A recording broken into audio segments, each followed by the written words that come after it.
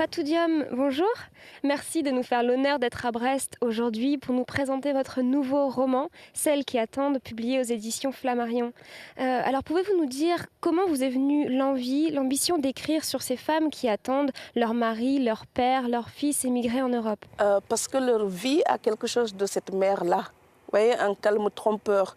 Elles couvrent des angoisses, elles ont leurs fils qui sont partis en Europe ou leur mari, et elles vivent avec la frustration et l'angoisse permanente de les perdre. Donc elles attendent des nouvelles, de l'argent, mais elles attendent surtout leur retour. Et donc j'ai voulu parler de ces femmes-là parce que leur mélancolie me touche.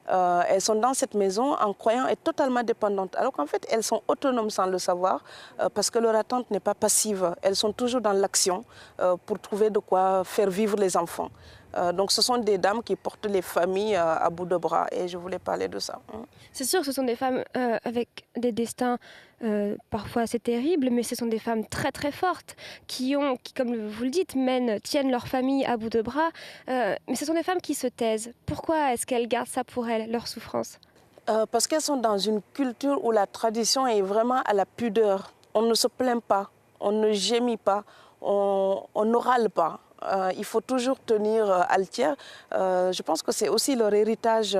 C'est vraiment une région, ce sont les Guelwaars. Et les Guelwaars, pour les gens qui connaissent le Sénégal, c'est un peuple où il faut lutter et garder toujours la tête haute. Donc elles sont rectilignes, ces femmes, moralement. Vous savez, quand j'ai parlé de la polygamie, il n'y avait pas encore eu la polémique qu'on a eue en France à ce sujet. Moi, c'est quelque chose qui m'interroge depuis longtemps. Ce n'est jamais agréable, à un moment donné, de critiquer sa propre société d'origine. Et moi, c'est le cas. Sauf que j'ai vu la polygamie étant jeune, j'ai grandi avec, j'ai vu tout ce que ça pouvait faire comme dégâts autour de nous.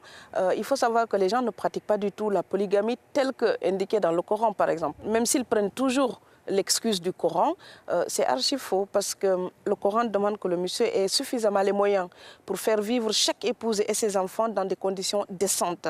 Le mari n'a pas le droit de prendre une deuxième si la première n'est pas d'accord. Ce n'est jamais le cas. Il doit pouvoir les faire vivre chacune dans sa maison, sauf quand elles ont donné l'accord exprès pour être ensemble, ce qui n'est jamais le cas non plus.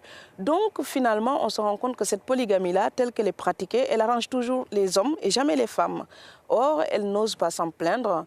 Donc je me suis dit, au lieu de critiquer tout bêtement, je vais simplement promener mes lecteurs dans les méandres de la vie quotidienne des familles polygames. Voilà. Alors parallèlement à la publication de ce roman, vous publiez également un livre intitulé Mauve que vous avez co-réalisé avec Titouan Lamazou. Comment s'est faite cette rencontre et quel est ce livre Mauve? Alors Titouan Lamazou, c'est quelqu'un, d'abord c'est quelqu'un que je connaissais par son travail artistique.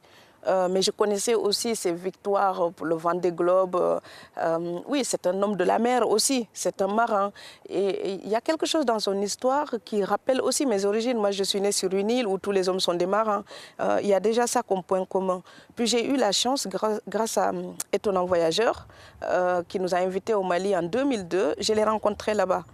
Et il venait de découvrir mon texte et moi je lui ai dit que je connaissais depuis longtemps son travail, ses dessins, ses carnets de voyage. Et je lui ai dit que j'avais une réflexion à mener sur la couleur mauve et je voulais qu'il me fasse les dessins et les peintures pour illustrer ce texte-là où parfois on a de courts textes en prose poétique et puis d'autres textes en vers libre. Et à chaque fois, ça correspond à une redéfinition du mauve, de la couleur mauve. Et je voulais que ce soit lui qui visite mon village d'origine, toute la région. Et il a fait vraiment quelque chose. Moi, je suis jalouse de ne pas savoir peindre. Donc, grâce à lui, maintenant, j'ai des textes avec de la peinture qui les traduit le mieux.